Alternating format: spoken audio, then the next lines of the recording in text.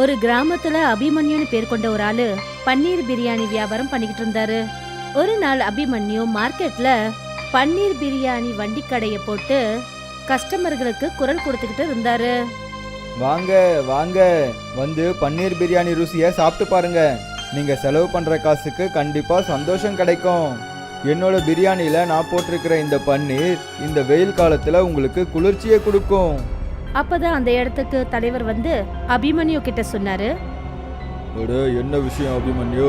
ரொம்ப நேரமா பார்த்துட்டு இருக்கேன், நீ கஸ்டமர்ஸுக்கு குரல் கொடுத்துக்கிட்டே இருக்க. ஆனா யாரும் உன்னோட பன்னீர் பிரியாணியை சாப்பிட வரவே இல்லையே.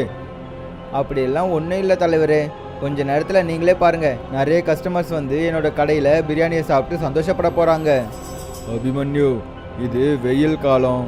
நீ இந்த பன்னீர் பிரியாணியை விற்கிறதுக்கு பதிலாக ஏதாவது புது பொருள் விற்கலாம்ல? இல்லை தலைவரே, என்னோட அப்பாவும் இந்த பன்னீர் பிரியாணியை தான் வித்துட்டு இருந்தாரு. அப்புறம் அவர் தான் எனக்கும் பன்னீர் பிரியாணி செய்யறத சொல்லி கொடுத்தாரு. நான் இந்த வியாபாரத்தை கண்டிப்பாக விட மாட்டேன். கொஞ்ச நேரத்துல அபிமன்யோட வண்டி கடைக்கு ஜனங்க கூட்டமா வர ஆரம்பிச்சாங்க. அப்புறம் கொஞ்ச நேரத்துல அபிமன்யு கொண்டு வந்த பன்னீர் பிரியாணி எல்லாம் முடிஞ்சிருச்சு. தலைவர் சிரிச்சுக்கிட்டே அபிமன்யு கிட்ட என்ன சொன்னார்னா, பாராட்டி ஆகணும் அபிமன்யு, உன்னோட பன்னீர் பிரியாணியோட இந்த சுவை இந்த வெயில் காலத்துலயும் ஜனங்களை உன் பக்கமா எடுத்துடுச்சு. அபிமன்யு சிரிச்சுக்கிட்டே தன்னோட வீட்டுக்கு புறப்பட்டு போனாரு. அப்புறம் தலைவர் மனசுல பாரத்தோட தன்னோட வயலை நோக்கி புறப்பட்டு போனாரு. வயல்ல அவருடைய அண்ணன் புள்ள சந்து தலைவருக்காக காத்துக்கிட்டு இருந்தாரு. சித்தப்பா, நீங்க அபிமன்யு கிட்ட பேசுனீங்களா? நானும் என்னோட சார்பா அவன்கிட்ட சொல்லிட்டேன். அவன் பன்னீர் பிரியாணிக்கு பதிலா வேற ஏதாவது புதுசா விற்கலான்னு சொன்னேன். ஆனா அவன் முடியாதுன்னு சொல்லிட்டான். சித்தப்பா, அபிமன்யோட பன்னீர் பிரியாணி ரொம்பவே ஃபேமஸா இருக்கு. ஒருவேளை நான் அவன் முன்னாடியே போயிட்டு வேற ஏதாவது புது வியாபாரம் செஞ்சேன்னா அது கண்டிப்பா வியாபாரம் ஆகாது. அப்புறம் எனக்கு எல்லாம் நஷ்டம் தான் ஏற்படும். நீ கவலைப்படாத சந்து, நான் நாளைக்கு ஏதாவது புது யோசனை யோசிச்சு உங்ககிட்ட சொல்றேன். இங்க அபிமன்யோட மனைவி அபிமன்யு கிட்ட என்ன சொன்னான்னா, நேத்து நீங்க போனதுக்கு அப்புறமா தலைவர் ஐயா வீட்டுக்கு வந்திருந்தாரு. அவரு என்ன சொன்னாருன்னா, ஒரே வெயில் காலமா இருக்கு, உன் புருஷன் கிட்ட சொல்லி வேற ஏதாவது வியாபாரம் ஏன் பண்ணக்கூடாதுன்னு கேட்டாரு. இந்த தலைவர் இருக்காரு, எப்ப பாரு என் பின்னாடியே சுத்திட்டு இருக்காரு. அட, நான் செய்யற இந்த பன்னீர் பிரியாணி மொத்த கிராமத்துலயும் ஃபேமஸா இருக்கும்போது நான் எதுக்காக வேற வியாபாரம் பண்ணணும்? சரியா சொன்னீங்க. உங்களோட பன்னீர் பிரியாணிய நல்ல வெயில் காலத்துல கூட மக்கள் வாங்கி விரும்பி சாப்பிடுறாங்க.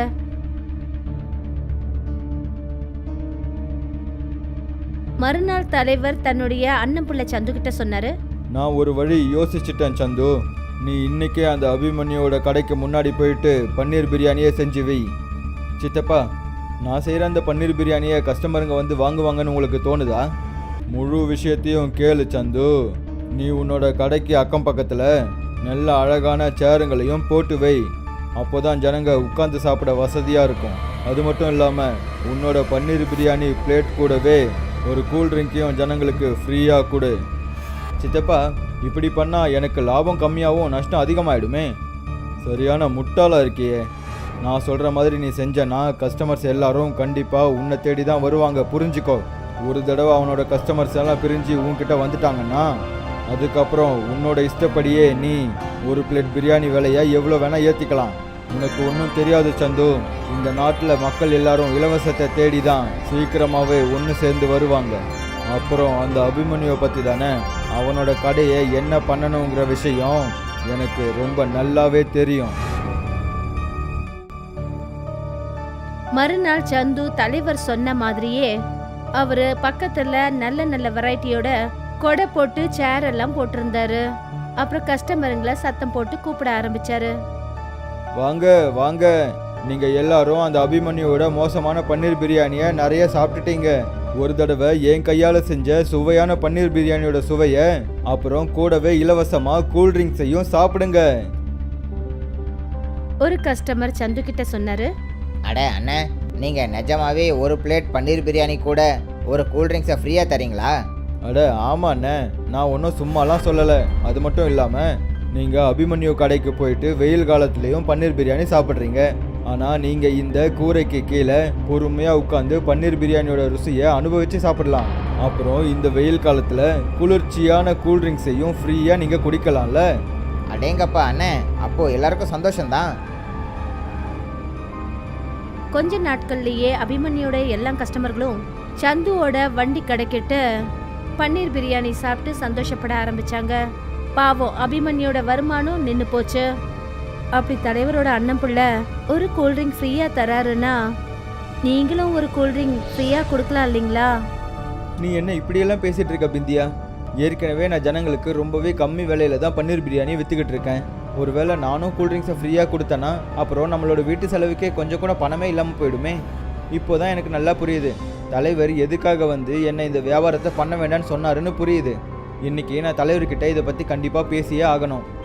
சாயந்தர சமயத்துல அபிமன்யு தலைவர் வீட்டுக்கு போனாரு. அபிமன்யுவை பார்த்ததும் தலைவர் முகத்தை ஒரு மாதிரி வச்சுக்கிட்டு என்ன சொன்னாருன்னா, என்ன விஷயம் அபிமன்யு, இங்கே எதுக்கு வந்த? இங்கே பாருங்க தலைவரே, உங்களுக்கு என்கிட்ட அப்படி என்ன விரோதம் இருக்குன்னு எனக்கு எதுவும் தெரியாது. ஆனால் உங்களோட அண்ணன் பையன் என்கிட்ட பண்ணுறது கொஞ்சம் கூட சரி கிடையாது. ஏன்பா, இந்த கிராமத்தில் நீ மட்டும்தான் பன்னீர் பிரியாணி விற்கணும்னு அதிகாரம் இருக்கா என்ன? இல்லை தலைவரே, நான் அப்படியெல்லாம் சொல்லலையே. ஆனால் உங்களோட அண்ணன் பையன் சந்து என்னோட பிரியாணியை பற்றி எல்லாருக்கிட்டையும் தப்பாக பேசிக்கிட்டு இருக்காரு. அப்புறம் எதுக்காக அவர் என்னோட கடைக்கு முன்னாடியே வந்து பிரியாணியை விற்றுக்கிட்டு இருக்காருன்னு சொல்லுங்களேன். அபிமன்யு, நீ உன்னோட உரிமையை விட ரொம்ப அதிகமாக போயிட்டு இருக்க. ஒவ்வொருத்தரும் அவங்கவுங்க விதப்படி தான் அவங்கவுங்க வியாபாரத்தை பண்ணிக்கிட்டு இருப்பாங்க.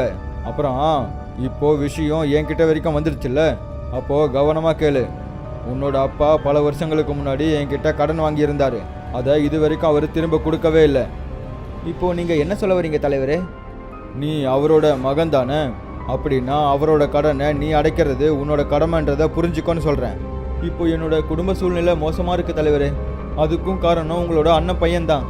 அதெல்லாம் ஒரு பிரச்சனையும் இல்லை. உன்னோட தள்ளுவண்டி கடை சும்மா தானே இருக்கு. நாளைக்குள்ளே உன்னோட தள்ளுவண்டி கடையை இங்கே எடுத்துகிட்டு வந்து வை. இல்லைனா நான் உன்னோட தள்ளுவண்டி கடையை உன்னோட வீட்டுக்கே வந்து எடுத்துகிட்டு போகிற மாதிரி ஆகிடும். அபிமன்யு ரொம்ப சோகத்தோட அந்த இடத்த விட்டு போனாரு.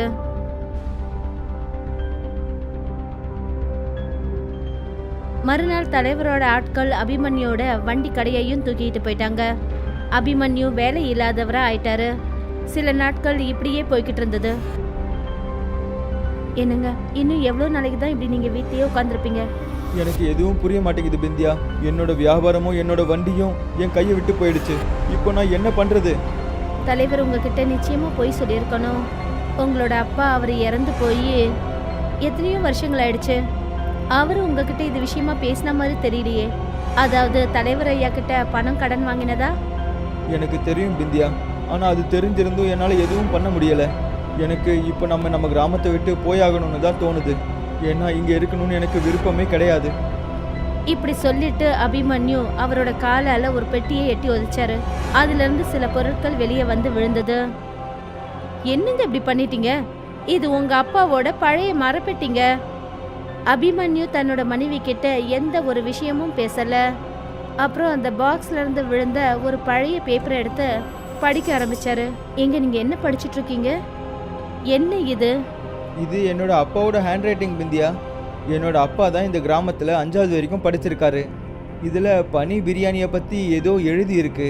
திடீர்னு அபிமன்யுக்கு ஒரு ஞாபகம் வந்தது. எனக்கு ஞாபகம் வருது, அப்பா எங்கள் அம்மா கிட்ட ஐஸ் பிரியாணியை பற்றி நிறைய விஷயங்களை பேசியிருக்காரு. ஒரு நாள் ஐஸ் பிரியாணியை செஞ்சு அவர் விற்கணும்னு சொல்லிக்கிட்டு இருந்தாரு. இது அதுவாக தான் இருக்குன்னு நினைக்கிறேன். அப்படி அதான் விஷயம்னா நீங்க ஏன் ஐஸ் பிரியாணி செஞ்சு வியாபாரம் பண்ணக்கூடாது? அப்படி உங்ககிட்ட பணம் இல்லைன்னா என்கிட்ட ஒரு வெள்ளி நெக்லஸ் இருக்குங்க. அதை நீங்க அடமானம் வச்சு உங்களோட வியாபாரத்தை மறுபடியும் ஆரம்பிங்க. அபிமன்யு அன்னைக்கே அந்த நெக்லஸ் அடமானம் வச்சு கொஞ்சம் பணம் வாங்கிக்கிட்டு வந்தாரு. அப்புறம் அரிசியை வாங்கி அவருடைய அப்பா எழுதி வச்ச ரெசிபிய பார்த்து அந்த அரிசியில சமைச்சு அதுல ஐஸ் கட்டிய கலந்தாரு. பிந்தியா, இப்போ ஐஸ் பிரியாணி செஞ்சு ரெடி ஆயிடுச்சு. உங்களோட சேர்ந்து நானும் வியாபாரம் பண்றதுக்கு முயற்சி பண்றேங்க. நாம நம்மளுடைய பழைய இடத்துலயே வெயில்ல நின்னு இத வியாபாரம் பண்ணுவோம். அபிமன்யு விந்தியா கூட தன்னுடைய பழைய இடத்துக்கு போயிட்டாரு. அப்புறம் குரல் கொடுக்க ஆரம்பிச்சாரு. வாங்கண்ணே வாங்க, நீங்க எல்லாரும் நிறைய பன்னீர் பிரியாணியை சாப்பிட்டுட்டீங்க. ஒரு தடவை நீங்க இந்த ஐஸ் பிரியாணியை சாப்பிட்டு சில்லுன்னு கூலா இருந்து ரொம்ப சந்தோஷமா இருங்க. அப்பதான் அங்க ஒரு கஸ்டமர் வந்து சொன்னாரு. அட அண்ணன், பன்னீர் பிரியாணி, சோலே பிரியாணி, நான்வெஜ் பிரியாணியை பற்றி கேள்விப்பட்டிருக்கேன். ஆனால் இந்த ஐஸ் பிரியாணியை பற்றி முதல் தடவையாக கேட்குறேனே. நீங்களே பார்க்குறீங்கல்ல, வெயில் ரொம்பவே அதிகமாக இருக்கு. ஒரு தடவை இந்த பிரியாணியோட சுவையை ருசிச்சு பாருங்க, அப்புறம் குளிர்ச்சியை அனுபவிங்க. கொடுங்கண்ணே, ஒரு பிளேட் கொடுங்க. அபிமன்யு அந்த கஸ்டமருக்கு ஒரு பிளேட்ல அந்த ஐஸ் பிரியாணியை கொடுத்தாரு. பிரியாணியை சாப்பிட்ட உடனே அந்த கஸ்டமர் என்ன சொன்னார்னா, அட அண்ணே, இந்த ஐஸ் பிரியாணியை சாப்பிட்ட உடனே எனக்கு எப்படி இருக்குன்னு தெரியுமா? ஏதோ திடீர்னு டிசம்பர் மாசத்துல இருக்க மாதிரி இருக்கு. அந்த கஸ்டமர் சொன்னதை கேட்டுட்டு எல்லா கஸ்டமரும் அபிமன்யோட ஐஸ் பிரியாணியை சாப்பிட ஓடி வந்தாங்க. கொஞ்ச நாள்ல அபிமன்யோட ஐஸ் பிரியாணி தன்னோட கிராமத்துலயும் அப்புறம் அக்கம் பக்கத்துல இருக்கிற எல்லா கிராமங்கள்லயும் பிரபலம் ஆயிடுச்சு. அபிமன்யோட ஐஸ் பிரியாணிய யாரெல்லாம் சாப்பிட்றாங்களோ பயங்கரமான வெயில்ல கூட அவங்களுக்கு அந்த வெயில் தெரியல. ஒரு நாள் அபிமன்யோட மனைவி அபிமன்யு கிட்ட சொன்னா, உங்க அப்பாவோட ஐஸ் பிரியாணி ரெசிபி மட்டும் நமக்கு கிடைக்கலன்னு வச்சுக்கோங்க, நாம நடு தெருவுக்கு வந்திருப்போம். நீ சரியா சொல்ற. அப்பா எப்பவும் அப்பா தானே. இந்த உலகத்தை விட்டு போனதுக்கு அப்புறமாவும் அவர் நமக்கு உதவி செஞ்சிருக்காரு. நான் ஆசைப்படுறது என்னன்னா, இந்த வெயில் காலத்துல பாவம் நிறைய ஏழை மக்கள் வெயில்னால ரொம்ப கஷ்டப்பட்டுட்டு இருக்காங்க. அவங்க வீட்டுல கூலரும் கிடையாது, ஃபேனும் கிடையாது. அவங்க எல்லாருக்கும் நீங்க இந்த ஐஸ் பிரியாணி ஃப்ரீயா கொடுங்க.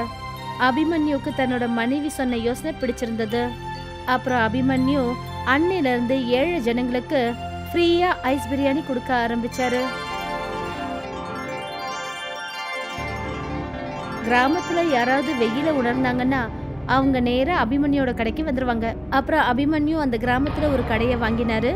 இப்போ அவர் அந்த கிராமத்திலேயே அந்த கடையில ஐஸ் பிரியாணி செஞ்சு வியாபாரம் பண்ண ஆரம்பிச்சாரு.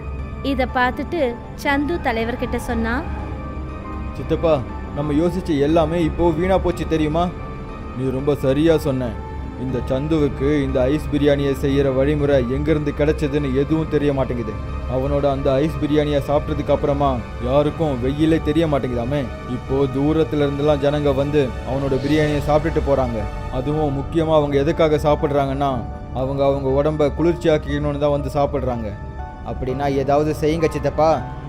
நம்ம எதிரி நம்மளை விட பலசாலி ஆயிட்டான்னா அப்போ அவன்கிட்ட எதிரியா இருக்கக்கூடாது, அவனுக்கு நம்ம புரிய தான் வைக்கணும். என் கூட வா.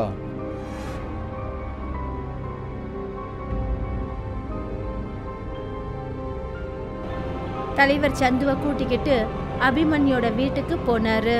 தலைவர் அப்புறம் சந்துவை பார்த்துட்டு அபிமன்யு அதிர்ச்சியாகி என்ன சொன்னார்னா, தலைவரே, இன்னைக்கு இந்த ஏழையோட ஞாபகம் உங்களுக்கு எப்படி வந்துச்சு? அபிமன்யு, உன்னோட அந்த ஐஸ் பிரியாணி ரொம்ப தூரம் வரைக்கும் நல்லா ஃபேமஸ் ஆயிடுச்சு. இப்போ ஜனங்க எல்லாரும் நம்ம கிராமத்து பேரை கூட ஐஸ் பிரியாணின்ற பேரில் தான் ஞாபகம் வச்சுருக்காங்க. ஆனால் நான் இப்போ உங்ககிட்ட சமாதானம் பேச வந்திருக்கேன். உங்களுக்கும் எனக்கும் எந்த ஒரு பகையுமே இல்லையே தலைவரே, அப்புறம் எதுக்காக சமாதானம் பேசணும்? நீ சரியான முட்டாளாக இருக்க அபிமன்யு. உன்னோட கையில் ஐஸ் பிரியாணியை செய்யறதுக்கான வழிமுறை இருக்குது. உனக்கு வேணும்னா அதை வச்சு லட்ச ரூபாவை சம்பாதிக்கலாம்ல. ஆனால் நீ பணம் சம்பாதிக்கிறதுக்கு பதிலாக ஏழை மக்களுக்கு இலவசமாக அந்த ஐஸ் பிரியாணியை கொடுத்துக்கிட்டு இருக்க. நீங்கள் உங்களோட தப்பை புரிஞ்சுக்கிட்டீங்கன்னு தான் நான் இவ்வளோ நேரமாக நினச்சிக்கிட்டு இருந்தேன். அதான் இங்கே வந்திருக்கீங்கன்னு நினச்சேன். ஆனால் நான் நினச்சது தப்பு தான் தலைவரே. பணத்தால் எல்லாத்தையும் வாங்க முடியாது. ஏழைங்களுக்கு உதவி செய்கிறதுனால எங்களோட மனசுக்கு ஒரு சந்தோஷம் கிடைக்குதில்ல, அதை எவ்வளோ பணத்தாலையும் எப்படியும் வாங்க முடியாது தலைவரே. நீங்கள் முதல்ல என் வீட்டை விட்டு கிளம்பலாம். தலைவரும் சந்துவும் முகத்தை தொங்க போட்டுக்கிட்டு அந்த இடத்த விட்டு புறப்பட்டு போனாங்க. அபிமன்யு இன்னைக்கும் ஐஸ் பிரியாணிய செஞ்சிட்டு இருக்காரு. அப்புறம் அதை நல்ல முறையில் வியாபாரம் பண்றாரு.